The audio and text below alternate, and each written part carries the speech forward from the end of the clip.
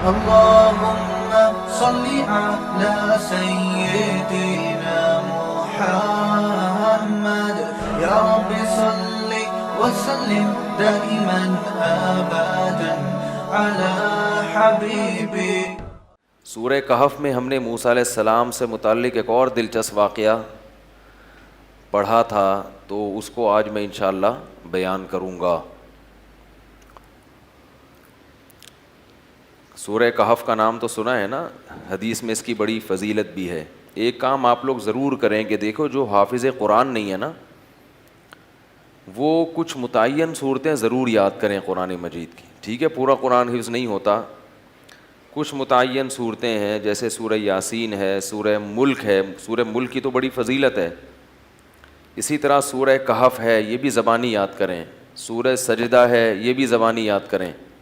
اور 30واں پارہ بھی مکمل زبانی اور 29واں بھی مکمل زبانی ہے. یہ دو پارے ہر ایک کو حفظ ہونے چاہیے. 29واں اور کیونکہ نمازوں میں پڑھے جاتے ہیں. 29واں 30واں مکمل یاد کر لیں، سورہ یاسین یاد کر لیں، سورہ ملک یاد کر لیں، اور سورہ کہف یاد کر لیں، سورہ سجدہ یاد کر لیں. سمجھ رہے ہیں؟ سورہ واقعہ یاد کر لیں، سورہ رحمان بھی یاد کر لیں. اگر سورہ رحمان یاد کرنا ذرا مشکل ہے، سورہ واقعہ یاد کر لیں. تو یہ چند صورتیں آپ یاد کریں گے نا، تو اس کا فائدہ کیا ہوگا کہ تہجد میں آپ لمبی نماز پڑھ سکتے ہیں. دیکھو سورہ کہف جمعے کے دن فضیلت ہے نا، تو وہ جمعے کی رات کو تہجد میں پڑھ لو سورہ کہف، تو فضیلت بھی حاصل ہو جائے گی اور نماز کا ثواب بھی مل جائے گا. تو جن لوگوں کو قرآن کا حصہ یاد نہیں ہوتا، وہ تہجد لمبی رکعتیں پڑھ ہی نہیں سکتے. وہ علم طرح سے بس پڑھتے رہیں گے، رکوع کریں گے پھر اٹھیں گے. تو وہ تہجد میں جو ہے نا، کچھ اپنا سینے میں اتنا قرآن محفوظ رکھنا چاہیے تاکہ کبھی انسان کی طبیعت میں نشاط ہوتا ہے، وہ لمبی نماز پڑھنا چاہتا ہے تو پڑھ سکے. وہ سمجھ رہے ہیں؟ 30واں پارہ ہے، ایک پارہ تہجد میں پڑھ لیں مکمل 30واں پارہ. تو یہ تھوڑا تھوڑا روزانہ قرآن مجید یاد کیا کریں.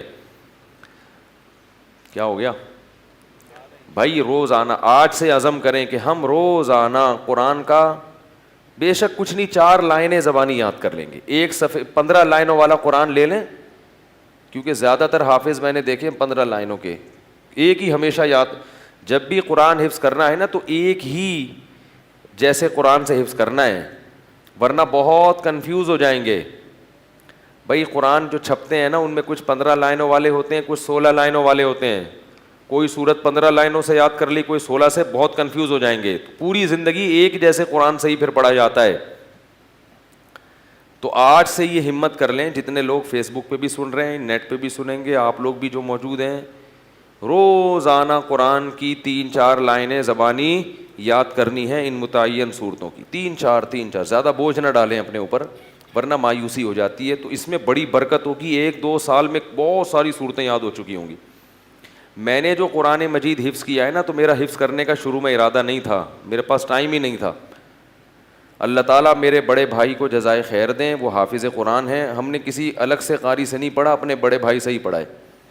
تو وہ ہمیں روزانہ سب بہن بھائیوں کو لے کے صبح بیٹھ جاتے تھے فجر کے بعد، اور ہمیں انہوں نے پڑھانا. قاعدہ تو میرے والد صاحب نے پڑھا دیا تھا، نورانی قاعدہ، اور کچھ دعائیں یاد کرا لیں. باقی بڑے بھائی نے پھر قرآن پڑھانا شروع کیا. تو جب میرا قرآن ختم ہوا تو انہوں نے کہا کہ اب کچھ صورتیں یاد کر لو. تو مجھے سورہ کہف یاد کرا دی. تھوڑی صبح بیٹھتے تھے 15 منٹ 20 منٹ آدھا گھنٹہ روزانہ، باقی پھر اسکول جانا ہے، باقی کام ہوتا، بس روزانہ اتنی دیر بٹھاتے تھے. تو وہ روز تھوڑی تھوڑی صورتیں یاد کر کے بہت ساری صورتیں یاد ہو گئیں. تو پھر مجھے حفظ کرنے کا شوق پیدا ہو گیا کہ یار جب اتنی ہو گئی تو پورا یاد کرو قرآن. تو میں نے بہت تھوڑے سے عرصے میں طلب علمی کے دوران الحمدللہ حفظ مکمل کیا ہے، پڑھائی کے دوران. تو ایک دفعہ ذوق پیدا ہو جائے گا نا، تو پھر خود مزہ آئے گا، خود لطف آئے گا اس میں.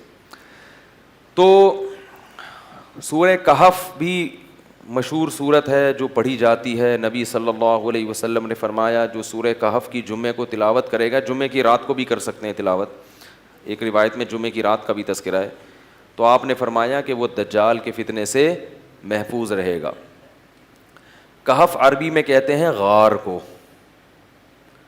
اس میں 2 بلکہ 3 واقعات ہیں، 2 تو بڑے ہی دلچسپ ہیں.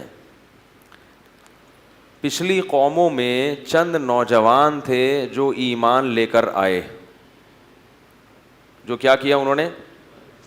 لیکن جس ملک میں وہ رہتے تھے وہاں کا بادشاہ بڑا ظالم تھا, وہ ایمان والوں کو زندہ رہنے نہیں دیتا تھا.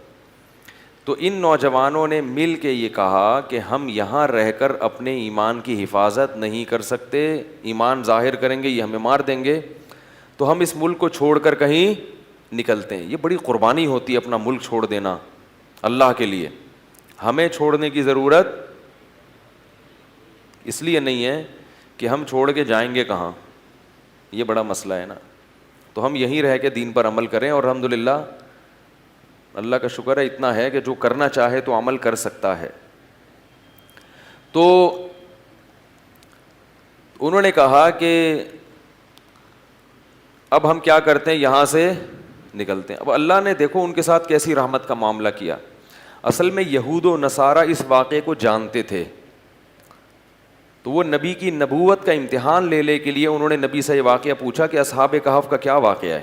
یہود و نصارہ تو جانتے تھے, ان کی آسمانی کتابوں میں بھی تھا, تاریخ سے بھی نقل ہوتا چلا آ رہا تھا نا, بڑا دلچسپ واقعہ تھا. تو یہ چیزیں تو پھر سینہ بسینہ نقل ہوتی ہیں, لیکن یہ واقعات مشہور تھے مدینہ میں جہاں یہود و نصارہ رہتے تھے.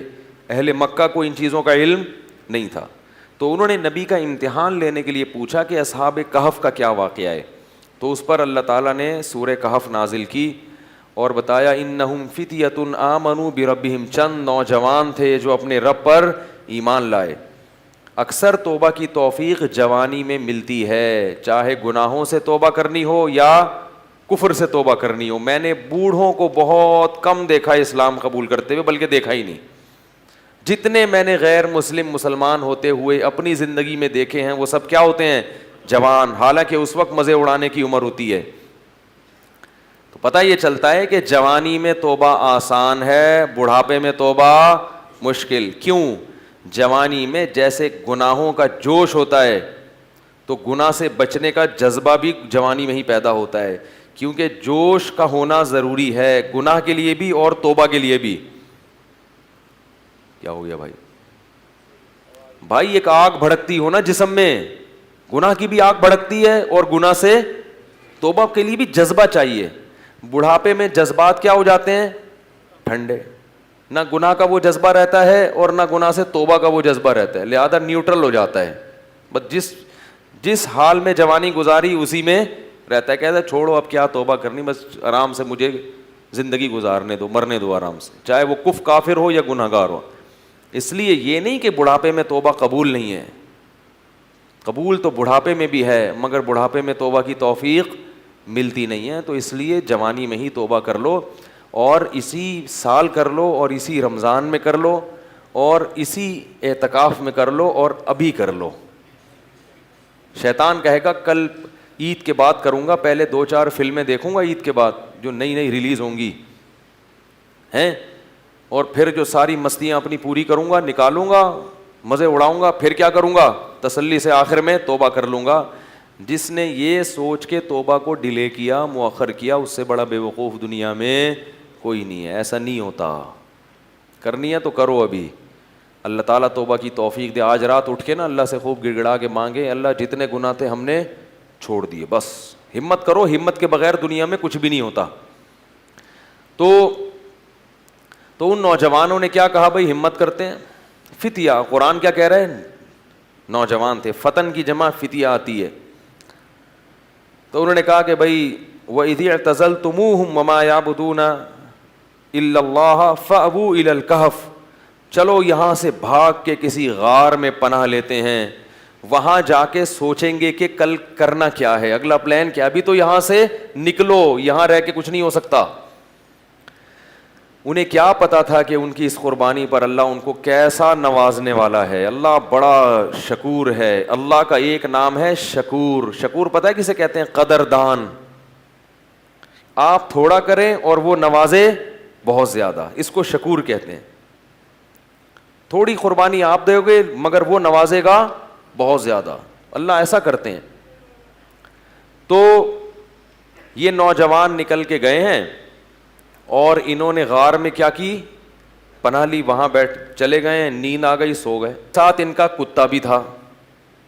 حفاظت کے لیے کتا رکھنا بولو بھائی جائز, بلا وجہ کتا رکھنا حرام ہے. نبی نے فرمایا جس نے بلا وجہ کتا رکھا روزانہ ایک قرات اس کی نیکیاں کم ہوتی رہیں گی. ایک قرات پہاڑ کے برابر ہوتا ہے, روزانہ اس کی نیکیاں ضائع ہوتی رہیں گی. اسلام میں کتا پالنا بلا وجہ جائز نہیں ہے. ضرورت کے لیے, شکار کے لیے پال سکتے ہیں. شکاری کتے ہوتے ہیں نا کہ شکار وکار کرنا ہے, یا گھر میں طوطے پالے ہوئے ہیں تو ان کی شکار کے لیے کتا رکھا ہوا ہے, تو یہ ہوتا ہے طوطوں کی حفاظت کے لیے کتے رکھنے پڑتے ہیں بعض دفعہ. تو لیکن کتے کو بتا دیں کہ صرف طوطوں کی حفاظت کے لیے. لوگ کتا پالتے ہیں ڈاکوں سے حفاظت کے لیے, اس کو بتاتے نہیں ہیں, وہ ہر ایک کو کاٹنا شروع کر دیتا ہے. تو وہ اپنا کتا بھی ساتھ لے گئے حفاظت کے لیے کہ بھائی کہیں پہرے وہرے کے کام آئے گا. تو غار میں ان کو نیند آئی اور کتا کہاں بیٹھا ہوا ہے؟ غار کے کنارے پہ. وہ حفاظت کے لیے بیٹھا ہوا تھا کہ بھائی کوئی آئے گا تو بھونک کے ان کو بتائے گا بھائی بندہ آیا ہوا ہے کوئی. تو اب جو ہے قرآن کہتا ہے کہ ہم نے ان پہ نیند کو مسلط کر دیا, سو گئے. وَلَبِثُوا فِي كَهْفِهِمْ 300 سِنِينَ وَازْدَادُوا 9 309 سال سوئے ہیں. کتنے؟ 309 سال. وَنُقَلِّبُهُمْ ذَاتَ الْيَمِينِ وَذَاتَ الشِّمَالِ. اگر انسان ایک ہی پہلو پہ لیٹا رہے نا تو زمین کھا جاتی ہے اس کو, تو اللہ فرماتے ہیں ہم ان کو کروٹیں بھی دلاتے رہے. وَتَرَى الشَّمْسَ إِذَا طَلَعَتْ تَزَاوَرُ عَنْ كَهْفِهِمْ ذَاتَ الْيَمِينِ وَذَاتَ الشِّمَالِ وَإِذَا غَرَبَتْ تَقْرِضُهُمْ. جب سورج نکلتا تھا تو وہ بھی کترا کے نکلتا تھا, روشنی جائے گی مگر تیز دھوپ نہیں جائے گی, تاکہ سورج کی جلن, سورج کی کرنیں ان کی اسکن کو خراب نہ کریں. اور اللہ فرماتے ہیں 309 سال تک کتا جس انداز میں بیٹھا رہا ہے, لَوِ اطَّلَعْتَ لَوَلَّيْتَ مِنْهُمْ رُعْبًا وَلَمُلِئْتَ مِنْهُمْ فِرَارًا. وہ کیا ہے؟ لَوِ اطَّلَعْتَ عَلَيْهِمْ لَوَلَّيْتَ مِنْهُمْ فِرَارًا وَلَمُلِئْتَ مِنْهُمْ رُعْبًا, کہ تم اس کتے کو دیکھتے تو روب کی وجہ سے وہاں سے بھاگ جاتے. اللہ نے کتے پر ایسا روب ڈال دیا کہ کوئی بھی اس کے قریب پھٹک نہیں سکتا تھا, تاکہ ایسا نہ ہو کہ 309 سال میں ظاہر ہے کتنے لوگ یہاں سے گزریں گے, غار میں جا کے ان کو نقصان نہ پہنچائے. تو کتے کی ایسی وحشت. 309 سال کے بعد اللہ نے ان کو اس دوران کیا ہوا, وہاں حکومت کا کیا ہو گیا, بادشاہ مر گیا, پوری رعایا تبدیل ہو گئی, کوئی نیک بادشاہ آ گیا اس ملک میں جو توحید پرست تھا اور نیک لوگوں کی قدر کرتا تھا. پوری رعایا تبدیل ہو گئی, حکومت تبدیل ہو گئی 309 سال میں. تو یہ 309 سال کے بعد سو کے اٹھے ہیں, اب پریشان ہے کہ یار ہم کتنا سوئے ہیں. کسی نے کہا کہ ہم 24 گھنٹے سوئے ہیں, کسی نے کہا کہ نہیں بھائی آدھا, کیونکہ یہ تو سوچ ہی نہیں سکتے تھے نا اتنے 100 سال تک ہم سوتے رہے. تو ایک نے کہا کہ اللہ ربکم اعلم بما لبثتم, اللہ کو پتہ ہے بھائی کتنا سوئے ہیں, چھوڑو اس بحث میں کیا پڑھنا, 24 گھنٹے یا آدھا دن یا ایک دن, چھوڑو کیا کرنا ہے اس بحث. تو ایسا کرو فبعثوا بورقکم هذه الى المدینہ. کیا ہوا بھائی؟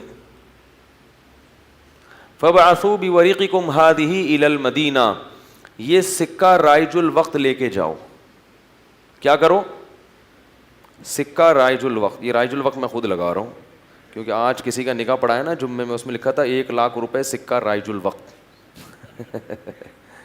تو یہ پرانی اصطلاحات پتہ نہیں لوگ کیوں استعمال کرتے ہیں بھائی. رائج الوقت ہی ہے اور کیا ہوگا. بیوی رائج الوقت ہے, دولہا رائج الوقت چل رہا ہے, تو سکہ بھی کون سا ہوگا؟ رائج الوقت ہی ہوگا. تو انہوں نے کہا کہ یہ سکے لے کے جاؤ, کرنسی لے کے جاؤ. فَلْيَنْظُرْ أَيُّهَا أَزْكَىٰ طَعَامًا, اور دیکھ کر آؤ کون سا پاکیزہ کھانا ہے, کیونکہ غیر مسلم ریاست ہے, حلال ملنا, اس سے پتہ چلتا ہے کہ غیر مسلم اسٹیٹ میں رہنا بڑا مشکل کام ہے. لوگ یورپ امریکہ میں جا کے جو آئے کھا لیتے, کہتے بسم اللہ پڑھ کے کھا لو, یہاں کیا حلال حرام, اتنا مشکل کام ہے. نہیں, آپ کو تحقیق کرنی پڑے گی. غیر مسلم ملک میں گوشت کھانا آپ کے لیے حلال نہیں ہے جب تک کہ یقین نہ ہو کہ یہ حلال طریقے سے ذبح کیا گیا ہے. اور محض حلال کا ٹھپا کافی بولو یار نہیں ہے. کہتے ہیں اس پہ حلال کا ٹھپا حلال کا ٹھپا لگانے میں کتنے ٹائم لگتا ہے. لوگوں نے مہریں بنا کے رکھی ہوئی, حلال لکھا ہوا ہے, ہر چیز پہ سور پہ بھی ٹھپا لگا رہے ہیں حلال. جو چیز آ رہی ہے اس پہ کیا لگا دیتے ہیں, حلال کا ٹھپا. جو بھی ان ملکوں میں رہتے ہیں ان کی ذمہ داری ہے کہ چکن کھا رہے ہیں, بکرا کھا رہے ہیں, جا کے پہلے تحقیق کریں کہ اس کمپنی میں حلال ہے بھی یا نہیں ہے. مشینی ذبیحہ ہماری تحقیق میں حلال نہیں ہے. قرآن میں صاف ہے کہ جس جانور پر اللہ کا نام نہ لیا جائے اسے کھانا جائز نہیں ہے. اور نام لینے کا مطلب انسان نے نام نہ لیا ہو, مشین کا نام لینا کافی, ہاں مراد یہ کہ انسان اس پہ نام لے. تو انسان کا اللہ بسم اللہ اللہ اکبر پڑھنا ضروری ہے. تو یہ بھی پاکستان کی ایک فضیلت ہے کہ یہاں الحمدللہ حلال گوشت وافر مقدار میں ملتا ہے, یقینی حلال ہوتا ہے, اپنے سامنے سے ذبح ہوتا ہے, بالکل صاف نظر آ رہا ہوتا ہے. یہ بڑی نعمت کی بات ہے. بعض ملکوں میں شروع ہو گیا ہے لیکن جہاں بھی گیا ہوں مزہ نہیں آیا, مشکوک ہے, اطمینان نہیں ہوتا. تو فَلْيَنظُرْ أَيُّهَا أَزْكَىٰ طَعَامًا, دیکھ کر پاکیزہ مال لے کر آؤ, کیونکہ غیر مسلم ہے, پتہ نہیں مردار بھی کھاتے ہوں گے, تو حلال تلاش کرو. وَلْيَتَلَطَّفْ, اور ذرا احتیاط سے جانا. لا یشعرن بکم احدا, کسی کو پتہ نہ چلے تمہارے بارے میں, چپکے سے جانا, رومال ومال ڈال کے اور پتلی گلی سے راشن خرید کے, کھانا خرید کے لے آنا. انہم ان یظہروا علیکم یرجموکم, کیونکہ ان کو اگر ہمارا پتہ چل گیا ہمیں پتھروں سے مار کے ہلاک کر دیں گے, اتنے دشمن تھے اسلام کے. او یعیدوکم فی ملتہم, یا زبردستی تمہیں اسی دین میں لے آئیں گے. ولن تفلحوا اذن ابدا, پھر تو تم کبھی بھی کامیاب نہیں ہوگے, تم نقصان ہو جائے گا. ہم تو نہ اس دین میں دوبارہ جا سکتے ہیں اور نہ ہم قتل ہونا چاہتے ہیں کہ پتھروں سے ہمیں کوئی ہلاک کرے. لہٰذا چپکے سے جاؤ اور پتلی گلی سے واپس آ جاؤ. وہ جب چپکے سے گیا تو وہ دیکھ کے حیران ہو گیا, یہ کیا ہے بھائی, یہ تو وہ علاقہ ہی نہیں ہے بھائی. تو علاقہ ہی چینج ہو گیا ہے. علاقہ کیا ہو گیا ہے, چینج ہو گیا ہے. سندھ والے جو ہے نا علاقے کو کہتے ہیں علاقہ, کہتے ہیں علاقے کی بات ہوتی ہے بھائی. تو یہ تو پورا علاقہ چینج ہو گیا. تو وہ حیران کہ وہ بادشاہ کہاں ہیں. انہوں نے کہا کہ وہ بادشاہ تو بھائی 300 سال پرانی بات ہے, اس کے زمانے کی تو ٹرینیں بند ہو گئی ہیں, کون سے بادشاہ کی بات کر رہے ہیں. اس نے کہا بھائی وہ بادشاہ, انہوں نے کہا بھائی وہ پرانے زمانے کا قصہ ہے. انہوں نے پھر وہ کرنسی دکھائی, انہوں نے کہا یہ کرنسی تو 300 سال پہلے اسٹیٹ بینک نے پابندی لگا دی تھی, یہ کون سی کرنسی لے کے گھوم رہے ہو. بہرحال چونکہ تاریخی کتابوں میں نقل ہوتا چلا آ رہا تھا کہ چند لوگ تھے جو ایمان قبول کر کے ملک چھوڑ کر چلے گئے تھے, تو پھر انہوں نے اس کو بھی بلایا اپنے باقی ساتھیوں کو, پھر تحقیق ہوئی تو لوگوں کو یقین آ گیا کہ یہ اللہ نے کیا کیا ان کے ساتھ, ایک کرامت کا معاملہ کیا ہے کہ چونکہ یہ ایمان لائے تھے تو اللہ نے ان کو اس بادشاہ کے شر سے بچانے کے لیے 300 سال بعد والے جہان میں منتقل کر دیا ہے. تو اب لوگ ان کے عقیدت سے ہاتھ پاؤں چومنے لگے اور وہ بڑا ان کی جو ہے نا عقیدت اور محبت کرنے لگے. اور ان کے انتقال کے بعد وہاں انہوں نے لوگوں نے ایک مسجد بنائی اللہ کو یاد رکھنے کے لیے. تو یہ مختصر واقعہ قرآن نے اصحاب کہف کا بیان کیا ہے. مفتی طارق مسعود صاحب کے بیانات سننے کے لیے youtube.com/مفتی طارق مسعود کو سبسکرائب کریں, اور اگر آپ لائیو ویڈیو کو کبھی بھی مس نہیں کرنا چاہتے ہیں تو سبسکرائب کرنے کے بعد بیل آئیکن پہ کلک کرنا مت بھولیں. جزاک اللہ.